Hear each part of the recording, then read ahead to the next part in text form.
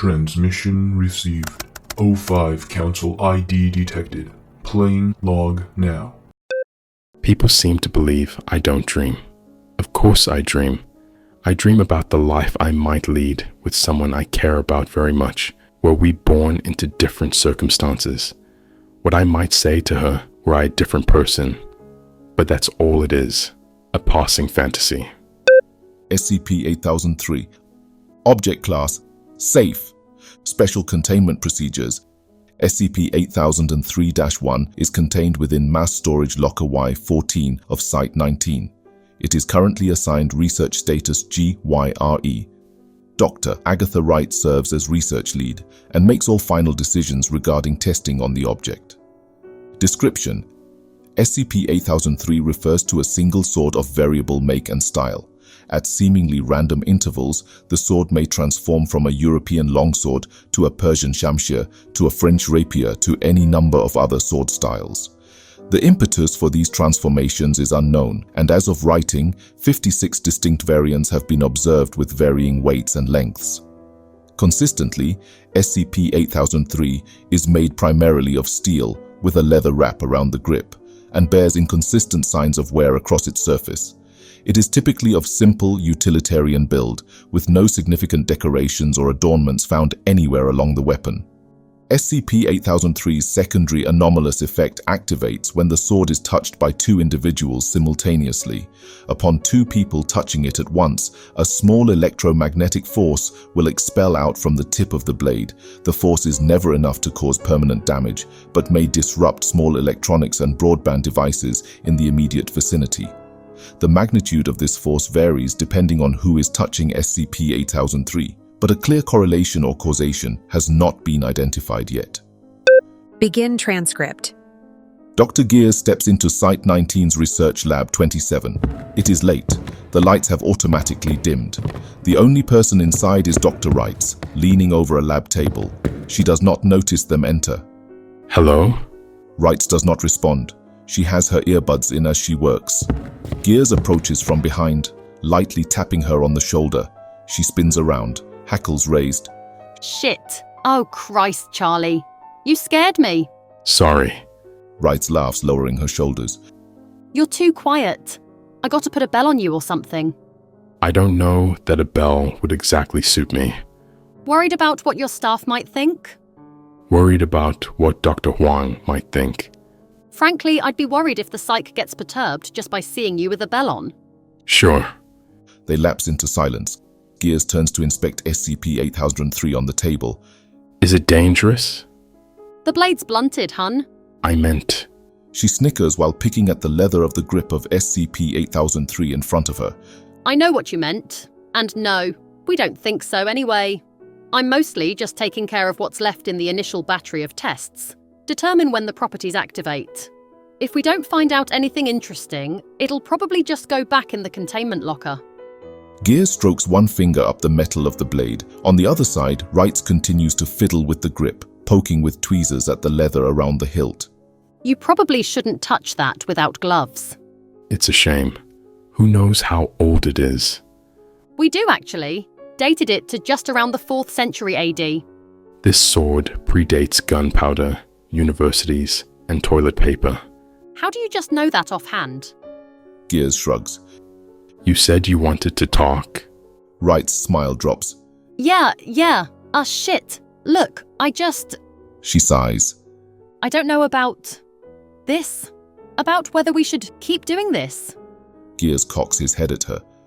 Keep doing what? You know, this. It's been nice. I'm not saying it hasn't been nice. But I mean, what are you really looking for? I'm confused by what you're asking.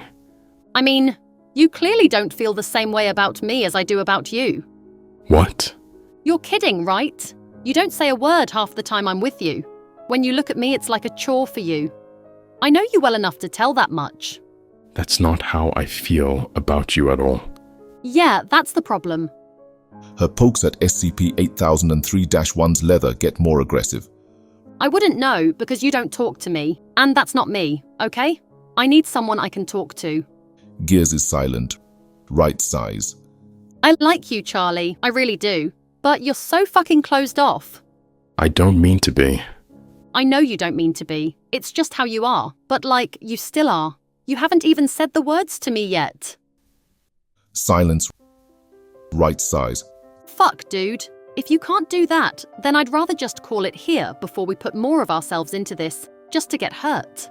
With a soft crack, the leather on SCP-8003-1 comes loose in Wright's hand. She looks at it in surprise. I didn't realize I was pulling that hard. Wait, there's something. She leans down. There's something etched into the handle. Some kind of inscription. What? Can you read this? I really don't think that's what's important right now. We'll talk in a second. Just check the stupid thing. Gears turns and inspects the etching in the handle of the blade. That which one raises his sword for. Is worth lowering his shield for. For a moment, nothing happens. Then the facility rumbles. Off balance, Wright throws out a hand to steady herself, which lands on SCP-8003. What the fuck was that? Camera feed lost. Raisa ticker. Cascading power failure at Site 19. Multiple catastrophic containment failure alarms from sublevels 14 through 23. Affected sublevels automatically locked down. Explosion of unknown origin on sublevel 19. And upon their arrival into the keep, the knight-errant was greeted with the sight of their lady in satin waiting for them, Christ's sword resting across her lap as she sat respite and resplendent in her throne. The chamber was empty, bereft of the feasting and music it had once held, for in this far corner of the land there was no joy to be had. The Black Knight stood by the side of his queen, visor down and arms borne, watching impassively as the knight approached. The knight-errant knelt, head bowed in front of their lady, and spoke. My lady, blessed as the sun, twice as divine, I answer thy summons for a champion with all haste. The lady gazed upon them, eyes alight with fascination and sympathy. Thou arrivest. Alas, too late. I carry with me a champion already. She motioned to the Black Knight, imposing in his midnight armor to her right. The knight-errant tilted their head, admiring the way their lady's auburn hair fell in locks from her escoffion. The light caught and danced with it, like the twilight sun slipping into a waterfall. But my lady, all I ask for is a chance. The knight-errant and the lady in satin. The knight sits up. They are lying on their back in a forest clearing. Their sword is cast away, where it has fallen into the muck and dirt. They rise with a groan, collecting their blade, wiping the grime off on their mail. From behind, they hear a voice. The lady, seated on a small boulder, giggling at the soldier's misfortune. They arise, and not a moment too early. The knight stares at her. Forgive me. Have we met, good lady? And by the grace of Christ, their mind is damaged beyond repair. Not beyond repair, my lady. I can still gaze upon and admire you. The lady laughs. Bold, bold. But to your feet, my knight. Collect yourself for the journey. This I shall, but pray tell, where do we journey to? Thou truly does not remember. No. Thou offered, insisted really, to be my champion on my journey to the High Keep. I am to be wedded, you see. Wedded? Wedded to whom? To the king, holding court in the capital. They dispatched a soldier to guide me. She looks around. He appears to no longer be with us. My Black Knight. His horse is absent as well. Separated after the fall, perhaps. Do we wait? I see no reason to. You would leave behind your love so casually? I look inwards, and I find it just as probable he departed of his own accord. Hardly seems like a noble soul. Hardly. But then, are you? I try, my lady. Let us take our leave then. The knight and the lady collect their things. The knight hoists bags onto their shoulder, carrying them to the two horses tied to the edge of the clearing and loading them up before climbing into the saddle. The other horse whinnies. The knight turns to see the lady waiting by the stirrups of her mount. A noble soul, indeed. Ah, apologies, my lady. Nothing I'm not used to. My Black Knight would expect me to do it myself as well. You remind me much of him already. Only a fool would expect a lady-in-waiting to... Watch your tongue. With a heave, she hooks a hand into the reins and yanks herself up, landing with one foot in the stirrup. She pulls herself over, satin dress cascading down one side of the saddle. I am perfectly capable of such things, even if I do not desire to do them. Why would thou not desire to do them if capable? The lady shakes her head. Because my champion doing it shows they think about me. They offer a hand, for me to take if I so choose. It is courtesy, care tempered with respect. Nary do I ever meet a knight who understands chivalry. I understand the code fine. I do not stab a foe when he falls. I do not run from battle. Ah, but do you embody the spirit? Do you carry God in your heart?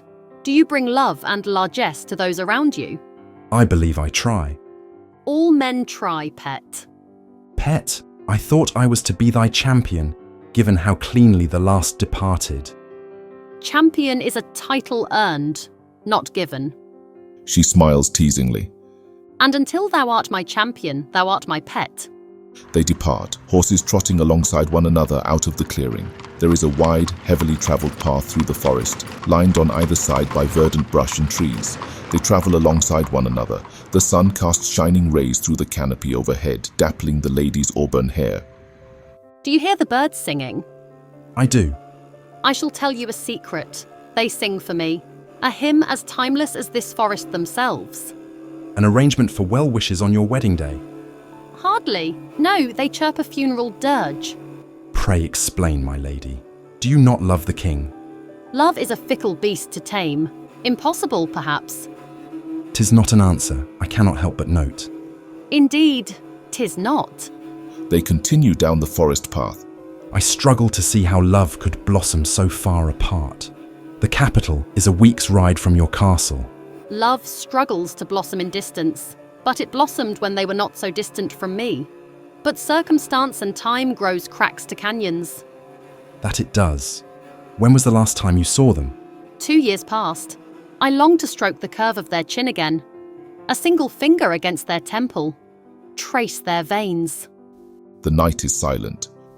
Suddenly they sniff the air. Do you smell something, my lady? Smell. Smoke, I believe. Yes, I do. Where? Ahead of us. The knight presses their heels into the sides of their horse, hurrying it along. It goes from a walk to a trot to a run, racing full tilt down the dirt path. The fresh smell of nature is replaced by the burning, acrid odor of smoke and ash. Abruptly, the forest path gives way to a small village. Cobbled streets scorched with soot, shops and homes smoldering and burning, embers settling in. The crackling of dying fire is low but omnipresent. There are bodies everywhere, most charred and blackened. The night is silent. Moments later, the lady's horse arrives behind them. She presses a hand to her mouth. My God. She begins to breathe quickly. Halt. I know these people. This village was just up from my castle. Her gaze falls upon the body of a baker, apron drenched in his own blood and viscera. He is lying face down on the street like so many others. What? Who did this? The knight disembarks from their horse, kneeling to the ground. They inspect the bloodstains on the charred wood, the swords dropped and forgotten in piles of ash, the corpses slaughtered without mercy. Suddenly, a crack of wood rings out from ahead up the main avenue. The knight drops into stance, drawing their blade and motioning to the lady to stay still. They advance forward, sword at the ready, spinning around a corner. It is the Black Knight using his sword to lever one of the corpses up, turning it from side to side and inspecting it. Hail. The Black Knight turns and looks. He does not acknowledge them. The knight does not lower their blade. Hail, I say. Are you responsible for this bloodshed? The Black Knight shakes his head impassive under the helmet. The lady approaches from behind. He would never. He is uncouth, perhaps, but no knave. The knight gradually lowers their weapon. Do you know who is? When he does speak, it is in a slow, gravelly tone that betrays no more emotion than his visor does. It does not matter. They are dead all the same. Of course it matters. This is barbaric, monstrous. We must deliver justice. There is no justice in war. Slit the throat of 1,000 bandits. It will not bring them back. The lady's mouth opens, then closes. She begins to shake quietly. You think we do not have a responsibility? My responsibility is to deliver the lady to my king. Chase the killers if you want. They are long gone. He wraps his gauntlet around the corpse of one of the villagers, dragging them to the side of the street. I rule my emotions. I am not ruled by them. The lady is openly weeping now, tears falling down her face as she stares at the bloodied bodies pressed into mass graves. Red stains the edge of her satin dress. The knight stares at her but says nothing. The party has set up camp in another clearing far up the forest road. It is secluded, trees lining the small patch on all sides. The knight tends to the fire in the center as it casts flickering shadows around. The black knight takes first watch, standing sword at the ready near the edge of the clearing, just out of earshot. The lady is seated around the fire on her bedroll, tent set up a few paces away. You ought to rest, my lady. We set out at first light. Sleep eludes me. The knight is silent. Are all knights like this? I'm starting to believe so. Like what? Stoic and silent. I assumed it was just him. She motions to the black knight. But evidently not. That is the ideal we are meant to strive to, my lady. The image of a noble, silent protector. An image as pretty as it is stupid. Stupid? Simple. A champion ought to be loud in their support, in times of their lady's weakness. Silence never helped anyone. Certainly not me. You don't think silence is a virtue? It most certainly can be. But if there is any relation in this world where silence ought to be shorn away, it is between a knight and their lady. It is a bond. She taps the sword of the knight's blade. Stronger than steel. Quite right. She giggles. It is tinged with sadness. You asked me earlier if I loved my king. I did. I do. The deepest fibres of my muscles ache with need of them. Their sparkling eyes make my heart flutter. Their voice is like cider on a winter night. Then why do you fear? Because I do not know if my feelings are returned. They are silent. It is simply their way. And, as I have said, silence helps nobody. I fear now that they cannot change, and I fear my love will not last if they do not. I believe everyone is capable of change. Her face falls. Save for the dead. Her lip quivers and she rises to duck into her tent. The knight watches her go, not saying anything. Risa Ticker. Site 19 situation ongoing. Multiple high-threat anomalies wandering facility. Multiple objects unaccounted for, notably SCP-678. MTF Epsilon 11 scrambled from Site 17. ETA 2 minutes 3 seconds.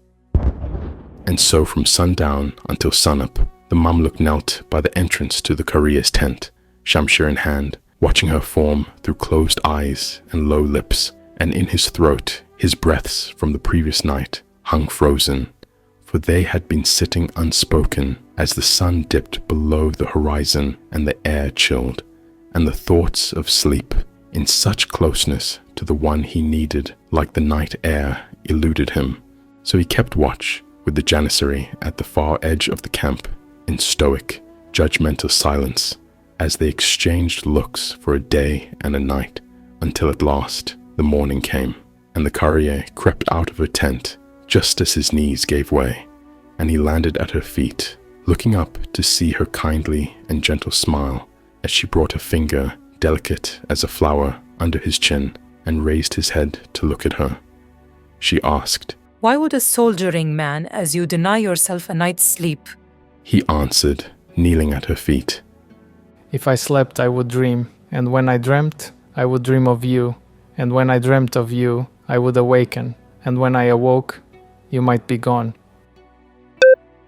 The Mamluk and the carrier. 3 camels carve a slow, methodical path through the dunes of the desert. The Mamluk trots alongside the carrier, the hot air of the desert casting over the both of them. The janissary, hulking and draped in heavy armor behind them, watching them silently. "Carrier, your dress, it trails in the sand." So it does. The satin of the long dress has slipped off the saddle of the camel, leaving a snake-like trail in the sand behind them. "Shall I lift it?" Shall you? The Mamluk hesitates for a moment before leaning off the side of his own camel, gathering the satin into bunches and raising it. He ties it to the yoke of his camel, forming a connection between the two. The Kari smiles in warm surprise. Thank you, Mamluk. You are graced with fine manner. No manners are fine enough for you, Karia. Such kind words. I thought slaves were meant to be uneducated. Are we not both servants to the Sultan? In this, I suppose we are alike. I to serve in his harem. You to serve in his army. Very different lives we are to lead. Indeed. Hail, Mamluk! The Kari continues marching forward while the Mamluk stops, turning his camel around to face the Janissary. Beneath the man's turban, nothing can be seen.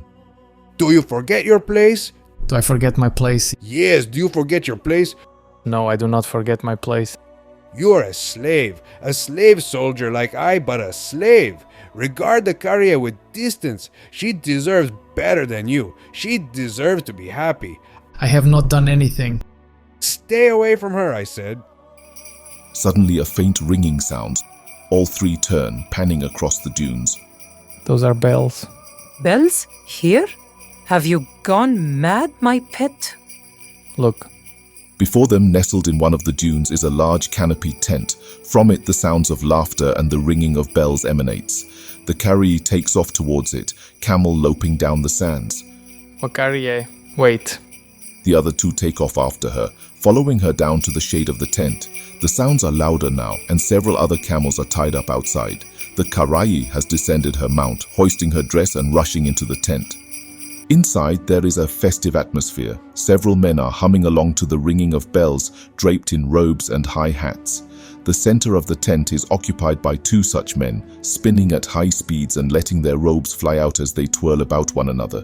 The Kari gazes at them, enraptured. Whirling dervishes. Marvelous. Salam, travelers. Salam, brother. Excuse my charge. There is nothing to be excused, brother. All are welcome. Sit, drink. The dervish hands the Mamluk a skin of water, which he takes a drink from. He passes it to the Kariye. She waves him away, watching the hypnotic rapid dance. What brings you out here? We bring God's music to where there is silence, to where there are those who have never heard the truth before. It's very impressive. We try. They sit in silence for a few moments, watching the dance. A dervish dips out, another takes his place, wearing different color robes, but matching his pace and rhythm flawlessly. They continue like this, taking turns spinning, the bells growing louder and louder. Would you take offense to a question, brother? Never. Ask. I hear stories about your order. Hierophants, soothsayers. Is there any truth to it? The dervish laughs. We try to find God's wisdom in all things around us, and we share that wisdom to those who ask to be read. If they are so scared of their own reflection, they accuse us of being black magicians. This speaks more to them than to us. Don't you agree? I suppose I agree. Then you would not take offense if I asked to be read, brother. Sit and be seen. The dervish draws him to a corner of the tent where two cushions and a low table are placed. He sits on one cushion, dipping a brush into a pot of ink and staring intently at the Mamluk before putting it to paper. What are you doing? Finding the true you. Tell me, do you dream? Often and vividly. And what do you dream about? Happiness, comfort. Nah, these are emotions one feels. What do you dream about? When we sleep, our souls depart the body, and what we see and remember in our dreams is a reflection of what God means for us. I suppose I dream of a soulmate. The dervish continues swift, sharp brushstrokes against the paper. A soulmate. Someone who I can bare my soul to, who understands every part of me. A marriage, a lover, someone to rely on. You, brother, are a deeply blinded man. What? You do not find a soulmate to bear yourself to. You bear yourself to find a soulmate. And if I bear myself, only to find that they do not love what lies beneath. You fantasize about love and romance and shy away when the realities of it are put before you. Why must it remain just a fantasy for you? There is no one stopping you from taking the life you want, except... The dervish lifts the paintbrush, wiping the ink off and putting it away. He lifts and hands the paper to the Mamluk wordlessly. The paper is perfectly blank. Is this some kind of joke? The dervish shakes his head solemnly. You are the invisible man. Above all, you are terrified of being seen. Mamluk, may I ask you something? The party has settled in camp for the evening. Of course. Have we met before? You strike me as so familiar. I do not believe so, but I agree. You remind me of someone. Who? I do not know. Someone important to me. They kneel around the campfire, staring up into the desert sky. There is an academy in the capital dedicated to watching the stars every day and noting their positions, recording them and predicting where they will be tomorrow and the day after. Is that so? Yes, I should like to visit. I dream of the stars often. What is there to dream about stars? Look at them. Look how they dance, twirling and whirling like the dervishes, locked in a heavenly romance. I should aspire to be so loved. The Mamluk looks across camp. The Janissary is staring at him. Should you like to dance with me, Kariye? The Kari looks at him. I should like that very much, Mamluk. They rise to their feet, raising their arms. Over the wind, the ringing of the bells and the chanting of the dervishes carry to them a rhythmic tingling. They grab each other's hands, gently, and began to spin to the music, faint as it is. Are you not loved by the Sultan? He is distant. He loves me as one might love a concubine. His emotions are masked. I struggle to see him. Perhaps he fears what you will see. Perhaps. I cannot guarantee my love, but then he cannot expect to be known. And if he cannot expect to be known, he cannot expect to be loved. They sway to the music, stars twinkling overhead. Rise a ticker. MTF Epsilon 11 has entered Site 19 through direct access into Sublevel 10. Lockdowns in effect. Priority assignment is to locate and extract high-level personnel. Senior researchers J. Actis, C. Gears, A. Wrights, L. Donahue unaccounted for. Director Moose unaccounted for. Rain casting down, clouds drawn high. The party slipped ever closer to their goal, and Freya and the Skjaldmere and the Huskal settled one night, assailed by a storm, drawing for cover in a sheltered forest. Their supplies dwindling, for the winter had brought silence to the land, and from the corner of their eyes, huddling close to their fire for warmth, they spy a moose, the height of 2 men watching them, a pelt as pale as the snow, and eyes shimmering like oil on water. It retreated into the brush, and so Freya seized her blade and pulled the Skjaldmare close and whispered in her ear, "Chase my prey with me, hunt with me, ride with me, be one with me, blade for blade. Live with me and die with me." Freya and the Skjaldmare. Freya and the Skjaldmare are creeping through the snow-blanketed forest, blades at the ready. Suddenly, Freya puts an arm out to stop the other woman. Ho, Skjaldmire, my eyes fall upon the quarry. I see nothing. Look, there, through the gaps in the dead trees. What moves? There is nothing. Suddenly, a branch ahead shakes and snaps, and a spread of snow falls to the ground in a fine white mist. A shape becomes clear, blending near perfectly into the surrounding white. A hulking albino moose, antlers draped in small adornments of some kind. It bays mournfully, pushing its way through the snowdrifts. Have your blade at the ready, Shield Maiden. We will fall upon it when it approaches us and draw our blades across its throat. Aye, my Freya. The moose draws closer, continuing to shake its head and bay mournfully. Its cry is a long, low sound that shears through the howl of the snow and wind. It cuts through the fur and armor and straight to the bone. Freya's grip on her handaxe falters. Have you ever heard such a noise come from such a beast? It is startling. No, I have not. Abruptly, the moose looks up and speaks, staring at the brush where the two are hiding. fall upon me with blade outstretched, and no one ever shall again. Freya gasps in shock. The Skjaldmær draws her sword, falling into stance. What are you, man or beast? Name yourself. No name. Just the moose of this forest. Sheath thy blades. And why should we? The killing of a noble beast pleases the gods. No gods here, not anymore. Salted land. I give you a gift. Hold, Freya. Speak, beast. What might you provide us? Story. Last story I have. What little wisdom it carries. Please, take it from me. A story does not fill our bellies. No. But you hunger for more than food. A bottomless pit in your heart. I tell you how to fix it. Tell us. Freya looks at her compatriot in shock. The Skjaldmær is staring intensely at the moose. Now, beast. The moose bays again. I wonder this forest. Before there were men, before there were gods, before there were trees, before there was a forest. I wonder when there is only stories. All stories. Everywhere you look. Stories of every manner and topic. I'm alone, so I read them all. That's impossible. You can't read every story there is. No one can, man or beast. I read them all. I pull one from the tree. I read. When I finish, I read another. When I am done with all of them, there are more. Always more. But surely you must have reached the end eventually. If you have been here for as long as you say. No ending. Always more to read, more to study. I fell in love. Not with another moose. No moose like me. With the forest.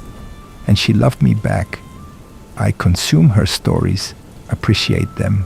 She gives me more stories to enjoy. Don't thank her.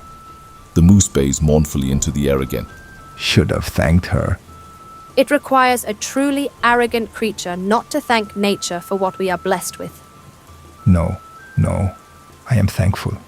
She gives me beautiful gifts, countless stories. I know my words are not enough. Know what to do. Search the books until I find the right words. Right words to capture my devotion and love for her. Pore over countless books, countless days, scores of different phrases, all unfit, unworthy. My love is too great for languages. They lack the words. And then? I am so involved in searching for what to say. I do not notice when she recedes. Pages in the books wilt and crumble. Plants that grew around me as I rest died. Do not notice. Obsession keeps me glued to the pages. Looking for it. Looking for the one thing that would prove my devotion. But you found it, yes? You must have. Tell me what you found. I find it, but it is too late. There is no more library. There is only this forest. And now I wander. Wander looking for what? Her, hoping to find her again. Apologize for taking so long. Have you found her? No. Beast, how long have you been wandering? 1,000 years. We'll find her. Must find her. Need to explain. Need to apologize. Right words were in front of me the whole time. Stupid moose. Silence save for the howling wind. I think it is time to give... What was it? Shield Maiden?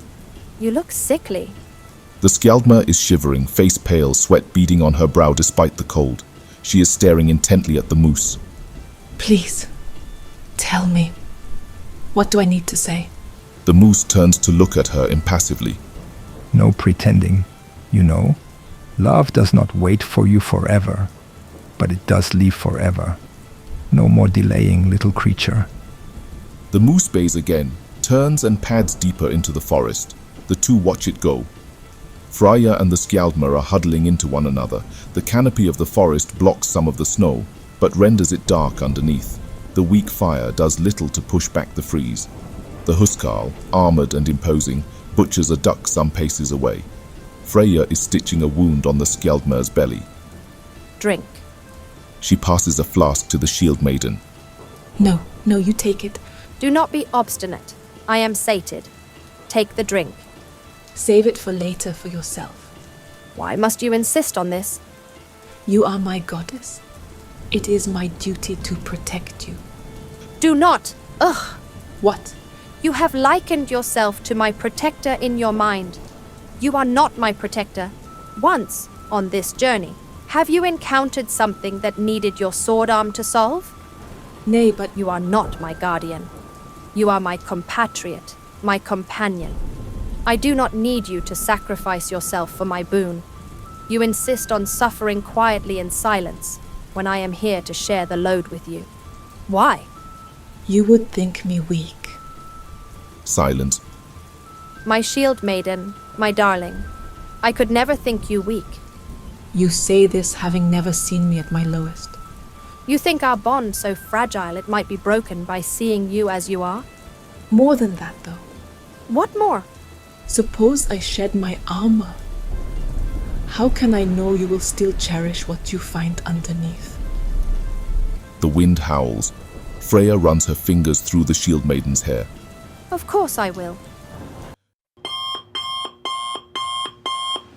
And as the gates of the capital opened, the knight-errant's heart beat like a drum as they urged their horse forward through the cobbled streets, and the peasantry parted around the three of them. The lady in satin drove her white mount forward, unbidden by the obstructions and satin draping around her. But in the week's journey, the knight-errant had grown familiar with the perfect brushstrokes of her face to see now that they were interrupted by worry. They urged their horse forward, drawing alongside her as the Black Knight steadily kept the rear. They leaned over, one hand on the pommel of their blade in its scabbard. My lady, art thou quite all right? She turned to face her companion. I am quite all right. Fate has taken hold of the reins of this horse, and she guides me to my destination. There is nothing to be done now, except to wait and to see. What might you be waiting to see, my lady? A soft smile danced along her ruby lips. Whether my champion has learned anything. The knight-errant and the lady in satin. The knight-errant, the lady, and the Black Knight enter the throne room. The court is empty. There is no audience to greet them, no ladies in waiting or men-at-arms. The candles on the walls cast a flickering shadow across the face of the king, seated impassively in his high throne. The Black Knight drops to a kneel, then rises and takes his position behind the throne. The lady curtsies, holding her stance before the throne. The knight-errant bows. All is silent. My liege, it is an honor. The king is silent. I have brought you, your lady. You will be married soon, I take it. The king is silent. My lord, it is a joy to gaze upon your face again, as beautiful as I have dreamt, every day of our absence. The king is silent. I hesitate to ask, but do you still love me, my lord? Love me the way I have loved you, for so many years. The king is silent. Do you intend to answer her, my lord? The king is silent. This woman, noble of spirit, has ridden for a week to gaze upon your face. She loves you more than she loves life itself, and you cannot deign to answer her, my lord. The king is silent. You are a coward, my lord. A coward through and through. The Black Knight steps forward slightly, hand on the pommel of his blade. I know you love her. Why can you not bring yourself to say it? The king is silent. In rage, the knight briskly steps forward, feet stomping as they approach the throne. The king does not react, not until the knight grabs them firmly by the shoulder, casting his face into the light, to reveal the knight's own countenance staring back at them impassively. They freeze. What? The knight steps back. The Black Knight steps forward, raising his own visor, and revealing the knight again, staring back at themselves. The knight takes a step back in confusion, hand on the pommel of their sword. They stare at the king and the Black Knight accusingly. No, you are not me. You are cold, distant. You spurn closeness from those who would try and know you. You run from connection. The knight breathes heavily. I do this. You are the wretched parts of me, speaking to me in the dead of night, whispering to pull away from those I love. I do not need you. I do not want you. The knight draws their sword, casting the scabbard aside. I was waiting for you to realize, my darling. You deserve better than them, better than I, my lady. Thou art a gold soul and deserve one in turn. Leave me. Find one who can give you what you warrant. Do not presume to tell me what I deserve, my pet. I do not care for it. I care about what I want. And I want you. She shakes her head. Uncouth as you are. I would love to, my lady. I would love nothing more than to be yours, to hold my blade in your name, to rest against you at night. But I cannot give myself to you in whole, not while they accost me. They prevent me from loving you as you ought to be. Well, do something about it. A very chivalrous knight once told me that everyone is capable of change. The knight blinks, then turns. They lunge forward, dragging their blade up and across the king's chest. Blood spills out, spraying across their own mail and onto the stone of the floor. The Black Knight draws his own blade, but the knight is faster, driving the tip of the blade into the soft gap between neck and helmet. More blood sprays out. The two fall to the floor, drowning in their own blood, gurgling and squealing. Save for the dead, and you are worth dying for, my lady. They let their sword drop to the stone floor and stumble forward. They lift a hand up. There is a wound across their chest, in their neck. They strip off their mail, casting it aside, bearing their ugly wounds as blood spills from them. They expose themselves totally, kneeling in front of their lady. She brings a hand down, brushing their hair back with a smile. My lady. My champion. Begin transcript. Doctors, wake up. Rights and gear stir. They are lying on the floor of Research Lab 27. The site is on emergency power. Alarms are blaring in the hallways. An armed MTF operator is kneeling in front of them, shaking them awake. Ugh, what the hell? Who are you? What's going on? There was a containment breach on sublevel 15 4 hours ago. Site 19 is on limited functionality, and MTF Epsilon 11 has taken control of the facility. You're high-value personnel. We've cleared an evac corridor for you. Follow the hallway to the security checkpoint. Take a left and just keep walking until you reach the exit. Can you do that for me? Yeah, shit, yeah, my head is fucking killing me. The operator hastily inspects the back of her head. No bleeding, but you might be concussed. Looks like you two took a bad fall when shit went south. There'll be a medical team to examine you at the exit. Get going. This floor isn't secure. The operator swiftly rises to his feet and exits the lab. Fuck. You heard the guy. We gotta go, Charlie. Gears does not move. Charlie? I love you, Aggie. I love you so much it kills me. You're the last thing I think about before I fall asleep, and the first thing I think about when I wake up. I wake up and my day doesn't feel like it started until I see you over coffee and you rant to me about what that jackass in your department did to piss you off. I started having the staff stock Almond Joys in the vending machines because I know you smile whenever you eat one.